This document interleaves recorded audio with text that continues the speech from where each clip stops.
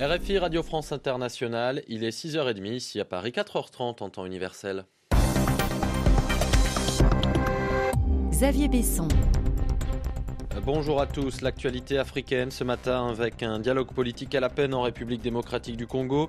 Hier, représentants de la majorité et de l'opposition ne se sont finalement pas rencontrés. Leurs positions diffèrent sur les élections qu'il faut organiser en premier, les scrutins locaux ou les scrutins nationaux.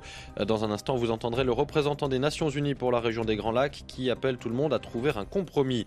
Hier également, le rassemblement de l'opposition qui ne prend pas part au dialogue a appelé à une manifestation lundi, le 19 septembre, 3 mois pile avant la fin du mandat du président Joseph Kabila. Dans ce journal également, des négociations au point mort aussi au Congo-Brazzaville pour parler entre les autorités et des représentants du pasteur Ntoumi. Une nouvelle séance houleuse à l'Assemblée nationale pour le président sud-africain Jacob Zuma hier. Et Madagascar qui est déjà bon élève dans ce domaine mais qui veut étendre encore l'usage de la contraception. Le dialogue n'avance pas en République démocratique du Congo, le dialogue politique voulu par le président Joseph Kabila avant les élections. Hier, il n'y a finalement pas eu de rencontre entre les délégations de la majorité et celles de l'opposition. Les deux partis qui ont des points de vue divergents sur l'ordre dans lequel organiser les scrutins. La majorité souhaite d'abord les élections locales, tandis que les opposants préfèrent que la présidentielle et les législatives soient organisées en premier. Hier, Edem Kodjo, le facilitateur de l'Union africaine, a rappelé qu'il n'y avait pas de temps à perdre et appelé tout le monde au compromis. L'envoyé spécial de l'ONU pour la région des Grands Lacs, Saïd Djinnit, lui demande aux participants de tout faire pour trouver, dit-il, des arrangements. Les meilleures élections sont celles qui se tiennent en temps voulu. Et la résolution du Conseil de sécurité a envisagé et a privilégié la tenue des élections dans les délais prévus par la Constitution. Mais aujourd'hui, à la lumière de ce que nous avons entendu des différents experts des Nations Unies, de l'OIF, de la CENI, il est clair que malheureusement les élections ne pourront pas être organisées en temps prévu. C'est pour ça que ce dialogue est précisément à la recherche des solutions pour trouver des arrangements pour tenir les élections aussi proches que possible des délais constitutionnels. Et vous savez que ce dialogue est d'ailleurs, comme cela a été prévu par la feuille de route elle-même, s'inscrit en droite ligne dans le respect de la constitution de ce pays, évidemment, mais aussi conformément à la résolution 2277. Et nous encourageons très fortement les parties à cheminer dans ce cadre, dans le cadre qu'elles ont elles-mêmes convenu. Saïd Djinnit, l'envoyé spécial des Nations Unies pour la région des Grands Lacs. Hier également, le rassemblement de l'opposition, toujours en RDC, rassemblement qui ne participe pas au dialogue, a lui appelé à manifester le 19 septembre, lundi prochain. Le 19 septembre, c'est 3 mois, jour pour jour, avant la fin du deuxième mandat du président Joseph Kabila. Et c'est la veille de la date à laquelle l'élection présidentielle doit être convoquée, d'après la constitution congolaise. Le Congo-Brazzaville, maintenant, et l'opposition qui parle d'un déploiement de forces de sécurité dans le département du Poul, et cela depuis le week-end dernier, en particulier dans les environs de Mayama. Mayama qui est le fief de celui qui est surnommé le pasteur Ntoumi. La présence de militaires et de policiers aurait même incité les civils à fuir en forêt, même si à Brazzaville, une force gouvernementale dément toute opération des forces de l'ordre dans cette région. Au même moment, les représentants de l'opposant, le pasteur Ntoumi, viennent de publier une déclaration qui laisse penser que les négociations avec les autorités n'avancent pas. Michel Arsenault. Les deux parties n'ont guère fait de progrès depuis 4 mois. La délégation représentant Frédéric Pinsamou, mieux connu sous le nom de Pasteur Ntoumi, voulait parler politique. Mais les négociateurs du gouvernement, des responsables du ministère de l'Intérieur, ne l'entendaient pas de la même oreille. Philippe Annie Bibi, un des émissaires du pasteur Ntoumi, le regrette. Les personnes qui étaient en face de nous n'avaient pas reçu mandat de discuter des questions politiques. Ils avaient plutôt reçu mandat simplement de discuter des questions relatives à la sécurité et surtout celles liées à la journée du 4 avril 2016. Le 4 avril, c'est là où le bas blesse. Les forces de sécurité affrontent alors des hommes armés dans le sud de Brazzaville. Ces combattants, affirme le gouvernement, sont d'anciens rebelles ninjas, des hommes du pasteur Ntoumi qui a soutenu le mois précédent Guy Brice Parfait Kolela à l'élection présidentielle. C'est avec eux que le gouvernement souhaite négocier, selon le facilitateur Paul-Marie Mpouélé. La partie gouvernementale insiste pour qu'en face d'elle, il y ait des assaillants du 4 avril. S'il y a ceux qui reconnaissent que ce sont eux qui avaient agressé les quartiers sud de Brazzaville, le gouvernement se disait disposé à discuter. Les négociations avec le gouvernement sont suspendues jusqu'à nouvel ordre. Au Gabon, le camp d'Ali Bongo devrait déposer aujourd'hui ses arguments auprès de la Cour constitutionnelle. Arguments en réponse au recours déposé par Jean Ping, l'opposant, qui conteste la réélection annoncée du chef de l'État sortant.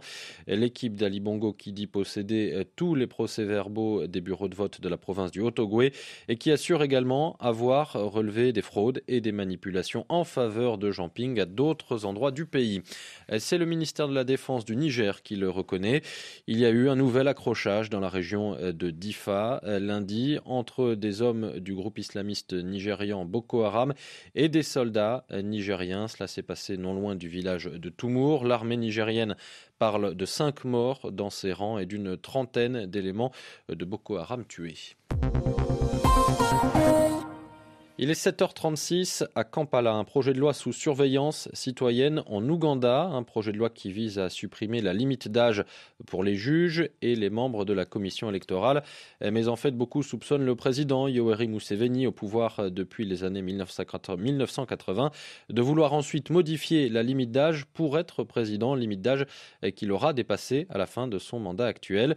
Hier, un groupe d'une trentaine de femmes a tenté de manifester devant l'Assemblée nationale et notre correspondante Charlotte Cossé était sur place. Habillées de blanc, en signe de pacifisme, un groupe de femmes s'est retrouvé devant le théâtre national qui fait face au Parlement ougandais. Elles sont venues manifester leur mécontentement comme Farida. Assez, ça suffit, il faut arrêter d'attenter à la Constitution. Laissez-nous faire respecter la Constitution parce que c'est notre rôle et c'est tout. Revenez vers les gens et demandez-leur ce qu'ils veulent. Les députés nous représentent, ils ne sont pas là pour eux-mêmes. Donc s'ils veulent modifier la limite d'âge, qu'ils reviennent vers nous et qu'ils nous consultent. On n'est pas des enfants. À chaque fois qu'ils modifient la Constitution, ils pensent à notre place. Mais les forces de police se sont vite déployées. Avant même que la marche ait commencé, elles ont bouclé l'entrée du théâtre. Quelques minutes plus tard, c'est dans les véhicules des forces de l'ordre que 20 d'entre elles sont apparues. Kachana Bagesera, l'organisatrice, est arrivée en retard et n'a pas été arrêtée. Elle est sous le choc. Nous avons obtenu la permission de la police pour être là et pour mener une manifestation pacifique contre le viol de notre Constitution. On entend parler de toutes ces choses sur la modification de la limite d'âge. Et c'est pourquoi nous avons ressenti le besoin de faire entendre notre voix, nos inquiétudes. Ça veut dire qu'en Ouganda, on n'est pas autorisé à se rassembler même de manière pacifique. C'est n'importe quoi. La police a réfuté avoir donné son autorisation pour ce rassemblement et affirmé que ces femmes seraient poursuivies pour trouble à l'ordre public. Charlotte Cossé, Kampala, RFI. Il a payé son amende et cela n'a rien changé. En Afrique du Sud, le président Jacob Zuma a une nouvelle fois été chahuté hier au Parlement. La justice sud-africaine lui avait demandé de rembourser un demi-million d'euros pour les travaux de sa résidence privée, payés avec des fonds publics, ce qu'il a fait. Mais les griefs des opposants sont bien plus larges. À Johannesburg, Alexandra Branjon. Jacob Zuma à nouveau pris à partie au Parlement. Il a certes remboursé une partie de l'argent public comme le lui avait ordonné la justice, mais pour l'opposition, ça n'est pas suffisant. La Cour constitutionnelle a statué que le chef de l'État avait enfreint la Constitution en refusant de se plier aux injonctions de la médiatrice de la République chargée de veiller sur les deniers publics. Le parti radical de Julius Malema veut désormais sa démission. Je ne vais pas laisser un criminel s'exprimer dans cet hémicycle alors que vous ne faites rien. Cet homme est en train de corrompre notre pays. Vous avez tous peur de lui, peur d'un homme qui est en train de détruire notre pays. Le président Zuma est resté impassible tout au long de cet échange dans l'hémicycle avant de riposter. À chaque fois que je viens ici, je fais l'objet d'insultes verbales. Au lieu de répondre à des questions, je suis obligé de rester assis et d'écouter les gens me traiter de criminel, de voleur. Je pense que cette Chambre doit agir. Si vous n'êtes pas intéressé par ce que j'ai à dire, ne me demandez pas de venir m'expliquer. Une chose est sûre, l'affaire Nkandla du nom de la luxueuse résidence du chef de l'État n'est pas terminée. L'opposition compte bien poursuivre l'affaire et notamment enquêter sur la banque qui a prêté de l'argent au président Zuma afin qu'il puisse rembourser l'État. Alexandra Branjon, Johannesburg, RFI.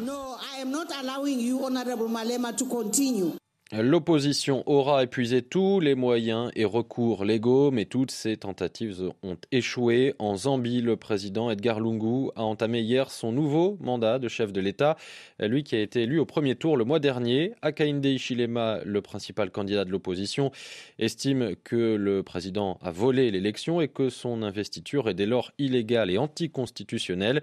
Hier, Edgar Lungu a donc entamé son premier véritable quinquennat. L'an passé, il avait été élu pour terminer le mandat de Michael Sata, qui est mort en fonction.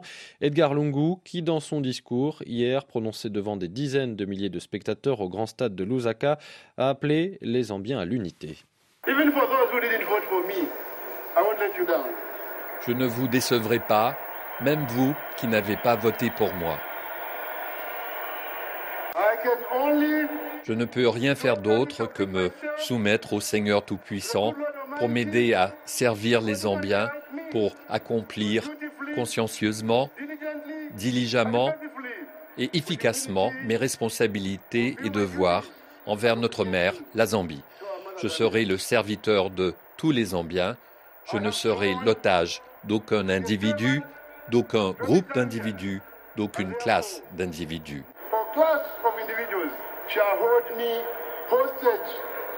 Edgar Lungu, le président zambien.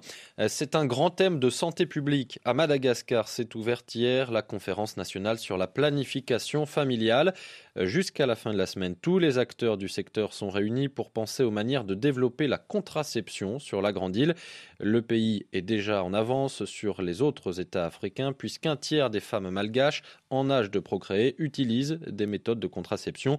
Mais l'objectif, c'est d'arriver à une femme sur deux d'ici 4 ans. À Antananarive, Jeanne Richard. Comme un tiers des Malgaches, cette jeune femme a fait appel à une méthode contraceptive. Elle voulait éviter une grossesse précoce.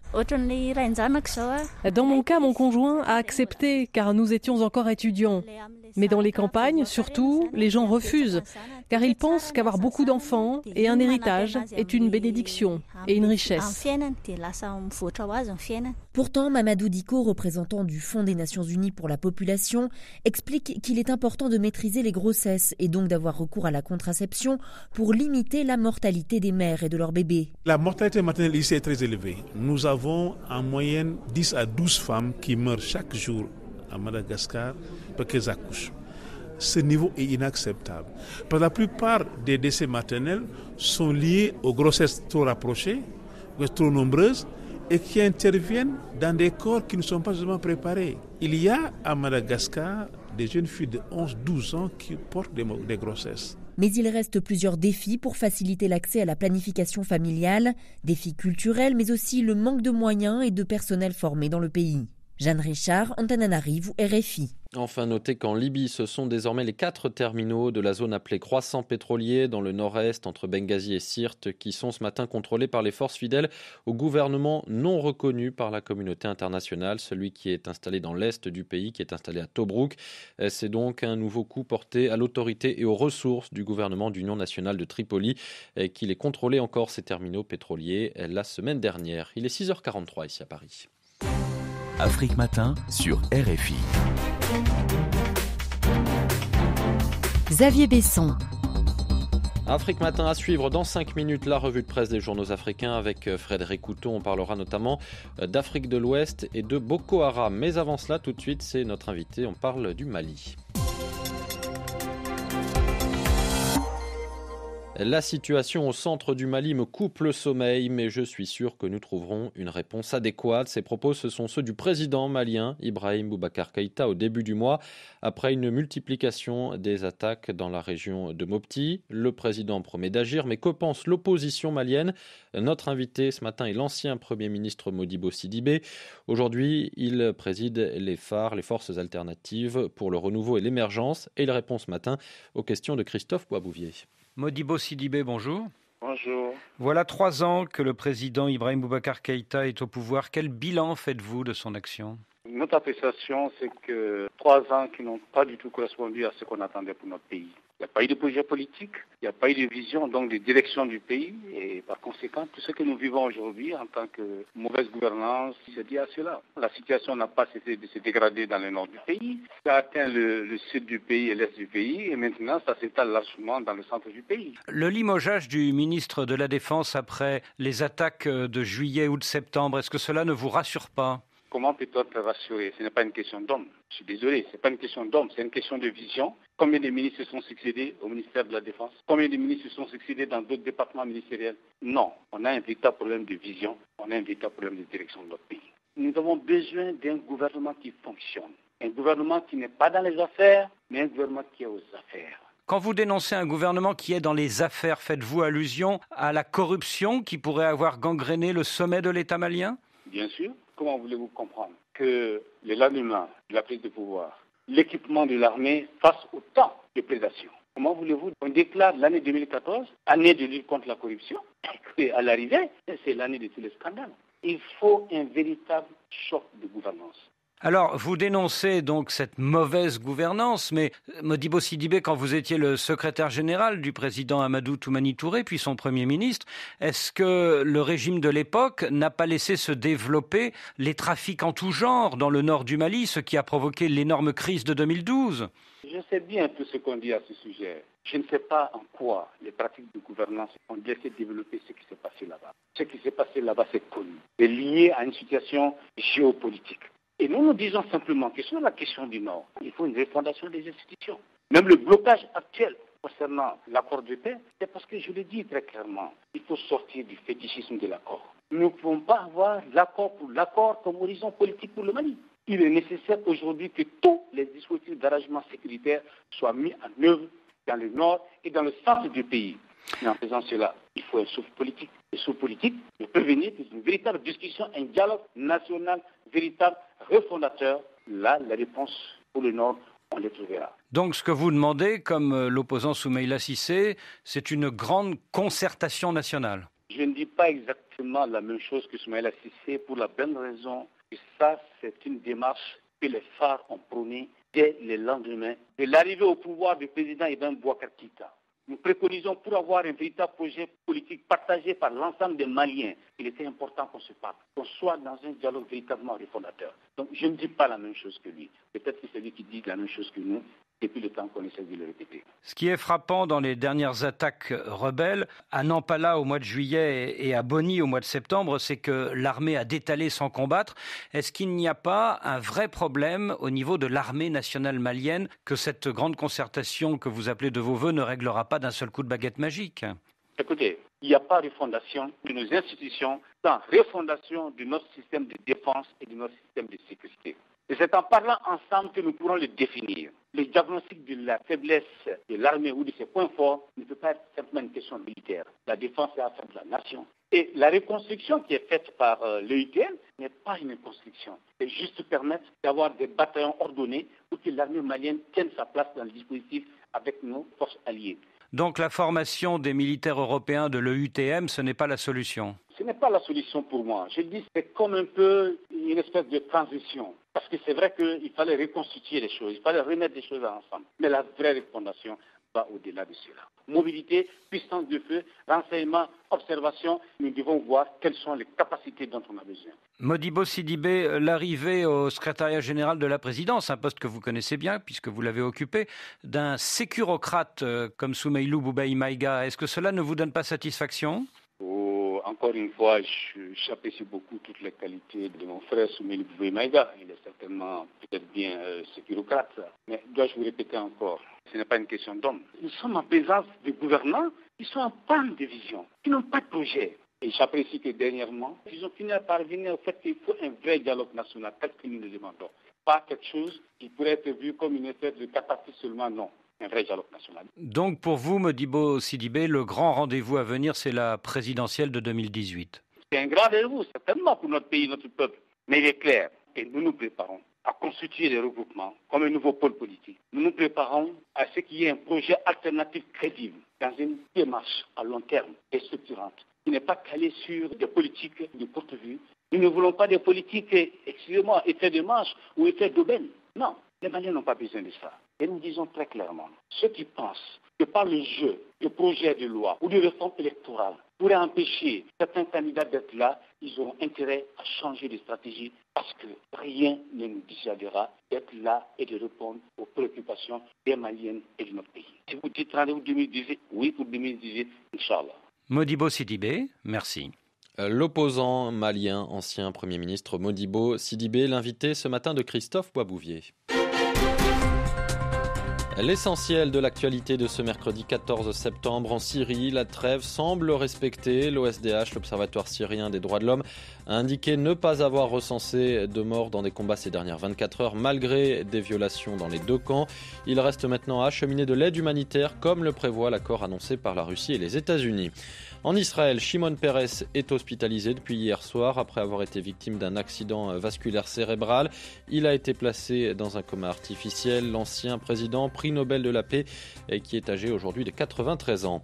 Le Dalai Lama a entamé hier 6 jours de rencontres publiques à Paris et Strasbourg pour sa première visite en France depuis 5 ans. Le chef spirituel des Tibétains qui ne sera pas reçu par les autorités françaises. Et puis aux États-Unis, Hillary Clinton doit reprendre sa campagne demain après avoir été victime d'un malaise dimanche alors qu'elle souffre d'une pneumonie. Lors d'un meeting à Philadelphie, Barack Obama, le président actuel des États-Unis, a pris sa défense dénonçant des critiques injustes qui venaient des républicains mais aussi parfois des démocrates, a estimé le président américain. Frédéric Couteau, bonjour. Bonjour Xavier, bonjour à tous. La revue de presse des journaux africains. À la une ce matin, Boko Haram, toujours là. Oui, alors que l'on pensait que les divisions internes affaibliraient la secte islamiste nigériane Boko Haram, tout semble indiquer le contraire. Constate le pays au Burkina. En effet, ce groupe terroriste continue de cracher du feu. Pas plus tard qu'hier, il a tenté une incursion dans un village nigérien. Et comme il fallait s'y attendre, l'armée nigérienne a vigoureusement réagi. Mais le sang a coulé de part et d'autre. Preuve que ce mouvement dispose toujours d'une grande capacité de nuisance, estime le quotidien burkinabé. En tout cas, Boko Haram est loin d'avoir dit son dernier mot. Et ce n'est pas le Niger qui dira le contraire. Lui qui est régulièrement victime de ces assauts. Cette énième attaque montre une fois de plus l'urgence pour Niamey de revoir son dispositif sécuritaire qui semble avoir des failles, pointe le pays. Faut-il le rappeler, bien avant cet accrochage, un camp de réfugiés maliens au Niger, près de la frontière malienne, avait été victime d'une attaque le week-end dernier. Une attaque qui avait fait 2 morts et 4 blessés dans les rangs des civils, selon le ministre nigérien de l'Intérieur, Bazoum Mohamed. Ces attaques répétitives démontrent la volonté des assaillants de ne pas donner de répit à l'État nigérien qui se bat depuis des années comme un beau diable contre les assauts terroristes. Dans le même temps, une lueur d'espoir dans la lutte contre le terrorisme au Sahel, avec ce constat établi par le commandant de la force Barkhane, le général François-Xavier de Valémont.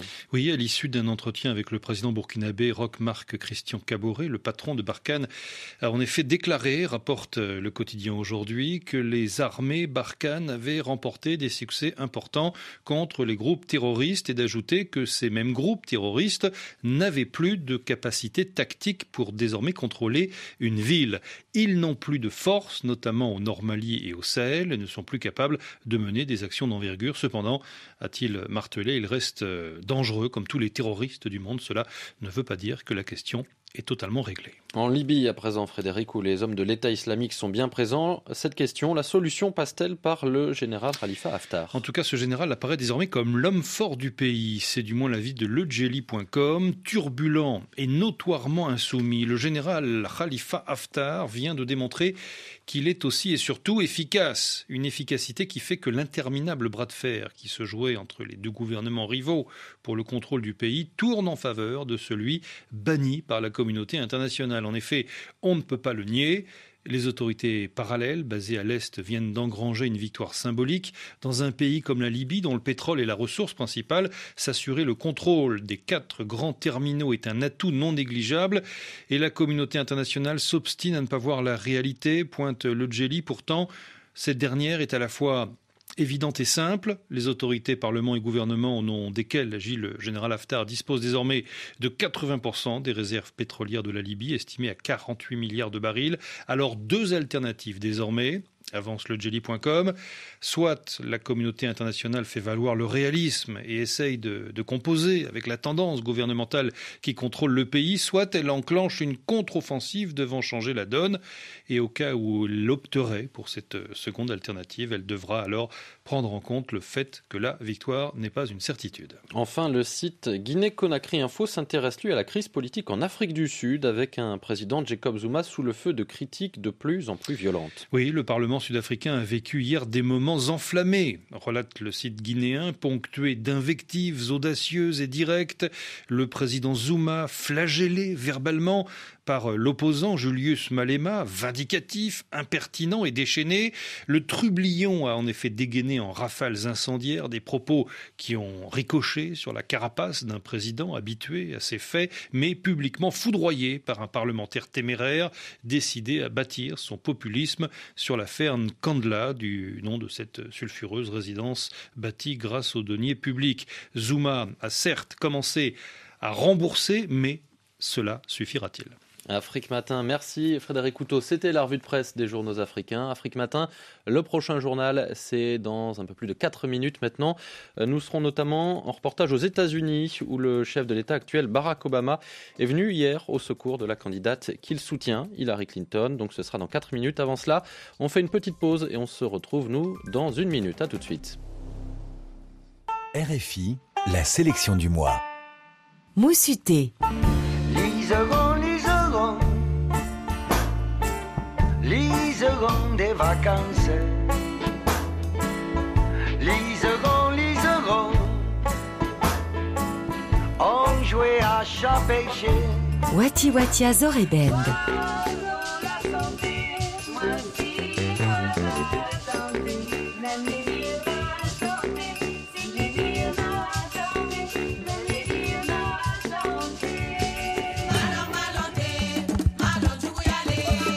Adama Dramé.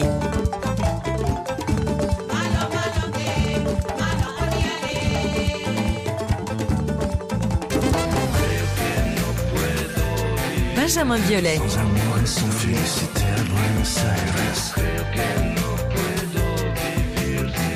RFI. Vivez votre passion du sport avec MoneyGram, transfert d'argent. Le journal des sports. Bonjour Alexandre Seban. Bonjour Xavier, bonjour à tous. On démarre avec les Jeux paralympiques car plusieurs athlètes africains ont brillé hier à Rio. Le Kenyan Muchai Samuel Kimani remporte le 1500 mètres pour aveugles, 2e titre olympique et 4e breloque pour son pays dans ces Jeux.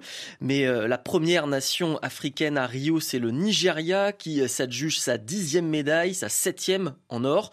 Flora Ugwawa domine l'épreuve du lancer de javelot féminin en fauteuil roulant. Le continent brille également en haltérophilie grâce à l'Égypte. Randa Mahmoud s'impose chez les dames en moins de 86 kilos. Victoire chez les hommes de Mohamed Eldib en moins de 97 kilos. L'Égypte compte pour le moment 9 médailles, dont 3 en or à Rio. On revient en Europe, Alexandre, avec la Ligue des champions de football. Le PSG piétine d'entrée face à Arsenal au terme d'un match globalement maîtrisé. 3 joueurs africains sur la pelouse au Parc des Princes hier et ils ont connu des fortunes diverses. Hugo Moissonnier. La soirée commence pourtant bien pour les Parisiens qui ouvrent la marque après à peine 42 secondes de jeu grâce à Edinson Cavani. L'attaquant uruguayen à la réception d'un centre venu de la droite signé Serge Aurier. Et oui, les polémiques et les dérapages sur les réseaux sociaux semblent bien loin dans l'esprit du latéral ivoirien. Physiquement impressionnant, techniquement très propre et toujours disponible sur son côté droit, Serge Aurier confirme son très bon début de saison. Malheureusement pour lui et pour le PSG, Cavani retombe dans ses travers et se montre maladroit tout au long de la rencontre. Le club parisien gâche ses occasions et Alexis Sanchez égalise à la 77e. Le Chilien fusille Alphonse Areola suite à une frappe repoussée du jeune attaquant nigérian d'Arsenal, Alex Iwobi. C'est l'une des belles surprises de la soirée. Très actif sur la droite de l'attaque des Gunners, celui qui compte déjà à 20 ans, 6 sélections avec les Super Eagles et 2 buts en Première Ligue sous le maillot d'Arsenal et même tout près de donner un avantage décisif à son équipe à la 83e minute. Le 3e africain de cette soirée Ligue des Champions au Parc des Princes fait son entrée à la 85e, toujours du côté des Gunners. Il s'agit de l'Égyptien Mohamed El Neni. un changement sans conséquence. Derrière, le score n'évolue pas. Les deux équipes se quittent sur un match nul, 1-1. Dans les autres matchs, carton du Barça face au Celtic Glasgow 7-0. L'Ivoirien Kolo Touré titulaire avec les Écossais. Manchester City, Borussia Mönchengladbach annulé, reporté à aujourd'hui. Dans le groupe D, le Bayern Munich a balayé Rostov 5-0. L'Atlético s'est imposé à Eindhoven 1-0. Benfica Beşiktaş 1-1 et Naples a battu 2-1 Kiev, le Dynamo Kiev. Merci Alexandre Seban du service des sports de RFI. Le journal des sports Afrique vous a été proposé par MoneyGram Transfert d'argent. Plus de 30 000 points de vente MoneyGram à votre service partout en Afrique. MoneyGram, le lien qui vous rapproche.